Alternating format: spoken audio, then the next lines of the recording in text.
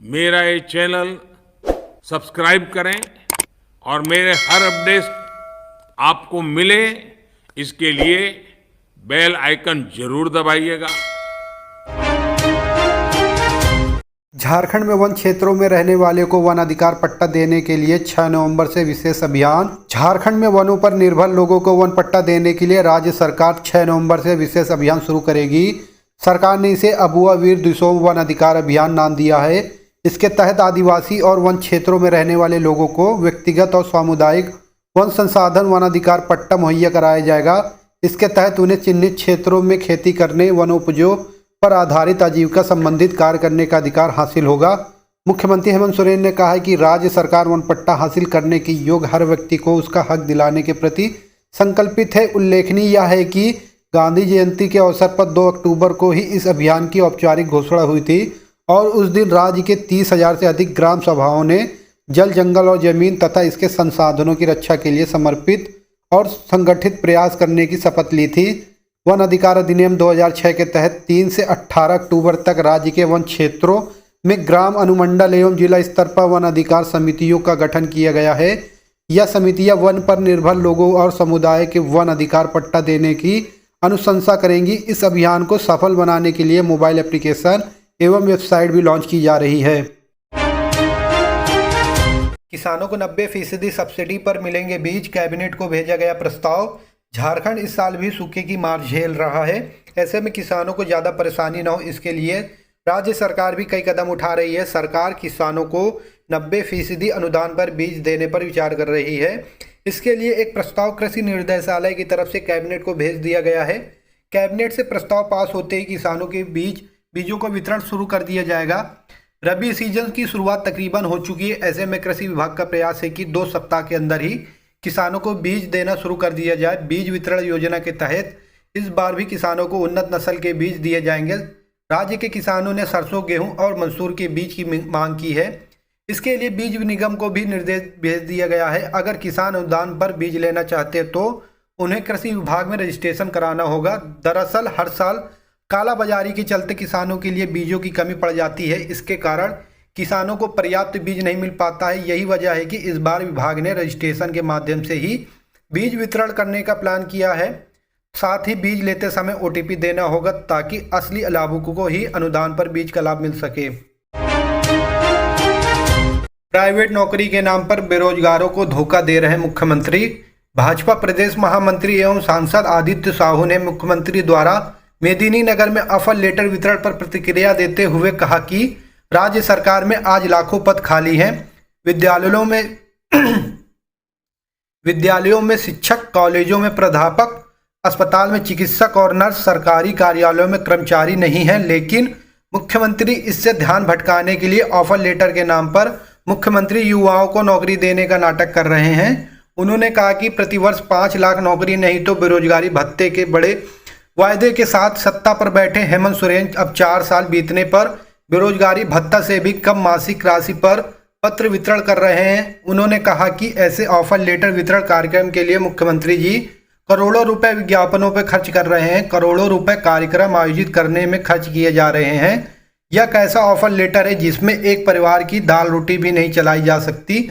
आखिर ऐसा दिखावा करके सरकार क्या बताना चाहती है? सरकारी नौकरी की प्रतीक्षा में कितने बेरोजगारों की उम्र निकल गई? आदित्य साहू ने कहा कि मुख्यमंत्री को पता है कि युवा शक्ति उनके खिलाफ आक्रोशित है, इसके लिए सड़क पर उतरकर हक मांग रही है। दीपावली से पहले बिहार में नियोजित शिक्षकों को मिला बड़ा तोहफा। सीएम नीतीश कुमार ने किया ऐलान। बिहार में नियोजित शिक्षकों को दीपावली से पहले बड़ा तोहफा मिल गया है। प्रदेश के मुख्यमंत्री नीतीश कुमार ने नियोजित शिक्षकों को राज्यकर्मी का दर्जा देने का ऐलान किया है। इसके साथ ही उन्होंने अगले 1.5 साल में 10 लाख नौकरी देने की बात कही है। नीतीश कुमार ने पटना के गांधीनगर मैदान में शिक्षकों को नियुक्ति पत्र बांटने के लिए आयोजित कार्यक्रम में अपने संबोधन में कहा है कि नियोजित शिक्षकों को राज्यकर्मी का दर्जा देने के लिए एक मामूली परीक्षा ली जाएगी। 2 महीने में 1,20,000 शिक्षक बहाल होंगे। उन्होंने कहा कि हम लोग ने सोच रखा है कि नियोजित शिक्षकों के लिए एक मामूली परीक्षा आयोजित करेंगे। इसके बाद उन्हें भी परमानेंट सरकारी बनाएंगे। इससे पढ़ाई ठीक से होगी। शिक्षक नियुक्ति में डिग्री ले चुके अभ्यर्थियों को ही मिलेगा मौका। बीपीएससी ने लिया बड़ा फैसला। बिहार लोक सेवा आयोग द्वितीय अध्यापक नियुक्ति प्रतियोगिता परीक्षा के लिए आवेदन 3 नवंबर से स्वीकार करेगा। मतलब आज से इसका आवेदन स्वीकार किया जाएगा। इसकी अधिसूचना शिक्षक विभाग से हरी झंडी मिलने के बाद काफ़ी भी जारी की जा सकती है। मध्य माध्यमिक व उच्च माध्यमिक विद्यालयों में शिक्षकों के 69,652 पद चिन्हित किए गए हैं। पहले चरण में माध्यमिक व उच्च माध्यमिक के रिक्त 40,000 से अधिक सीटें भी इसमें शामिल किए जाएंगे। सूत्रों की माने तो शिक्षक विभाग प्राथमिक विद्यालयों के पहले चरण में रिक्त सीटों को भी दूसरे चरण में शामिल करने का विचार कर रहा है। संयुक्त सचिव सह परीक्षा नियंत्रक सत्यप्रकाश शर्मा ने बताया कि द्वितीय चरण में किसी भी योग्यता व अर्हता के लिए अपीयरिंग अभ्यर्थियों को मौका नहीं दिया जाएगा। प्रमाण पत्र अपलोड करने के लिए अभ्यर्थियों को पर्याप्त अवसर दिए जाएंगे। अभ्यर्थी विस्तृत जानकारी के लिए आयोग की वेबसाइट के संपर्क में रहे। उन्होंने बताया कि इस बार 3 चरणों में आवेदन की प्रक्रिया पूरी की जाएगी। शिक्षक विभाग के अनुसार पहले चरण में कितने सीटें रिक्त रहीं, इसकी गणना 2 नवंबर को नियुक्ति पत्र के वितरण के बाद किया जाएगा। झारखंड के पूर्वी सिंहभूम जिले में 36 घंटे में करंट लगने से 2 हाथियों की मौत। पूर्वी सिंहभूम जिले में पिछले 36 घंटे के दौरान करंट लगने से 2 हाथियों की मौत हो गई। इनकी मौत का कारण जंगलों में कम ऊंचाई पर झूलते बिजली के तार बताए जा रहे हैं। वन विभाग का कहना है कि बार बार शिकायत के बावजूद बिजली विभाग हाथियों के विचरण वाले इलाके में बिजली के खंभे की ऊंचाई नहीं बढ़ा रहा है। पूर्व सिंहभूम जिले के घाटशिला अनुमंडल अंतर्गत श्याम सुंदरपुर थाना क्षेत्र के मचाड़ी गांव के पास गुरुवार को एक हाथी ने करंट लगने से दम तोड़ दिया। इसके पहले मंगलवार की रात चकुलिया वन क्षेत्र स्थित बड़ा मारा पंचायत के ज्वाल भांगा में एक खेत में एक मादा हाथी की मौत बिजली की तार की चपेट में आने से हो गई। ग्रामीण का कहना है कि 2 दिन तक मादा हाथी तड़पती रही, लेकिन वन विभाग ने सही समय पर उसका इलाज नहीं कराया। वन विभाग के आंकड़ों के अनुसार पिछले 5 सालों में करंट लगने से झारखंड में पिछले 6 वर्ष में 20 से अधिक हाथियों की मौत हो गई। खूंटी, पूर्व सिंहभूम, पश्चिम सिंहभूम, गुमला, लोहरदगा, हजारीबाग सहित अन्य जिलों में बीते वर्षों में इस तरह की कई घटनाएं सामने आई हैं। नोएडा में बिक रहा गढ़वा का बालू, मुद्दे पर जवाब की बजाय मामला डाइवर्ट कर रहे हैं मंत्री। जब जब झारखंड सरकार को उसके मैनिफेस्टो को पूरा करने की याद दिलाई जाती है, तब तब स्थानीय मंत्री कुछ शिखंडियों को आगे कर मुद्दे को डाइवर्ट करने का काम करते हैं।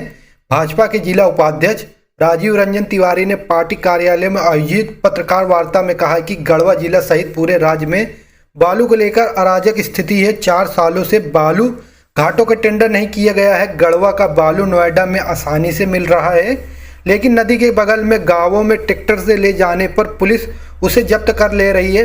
बेरोजगार लोग ऋण लेकर एवं ट्रैक्टर चलाकर किसी तरह गुजर बसर करने की कोशिश में हैं, पर उनका ट्रैक्टर पकड़कर थाने में सड़ा दिया जा रहा है।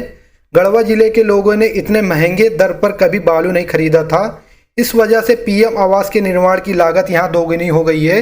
इसी तरह से हिंदी व माघी भाषा के साथ भी झारखंड सरकार ने भेदभाव करने का काम किया है।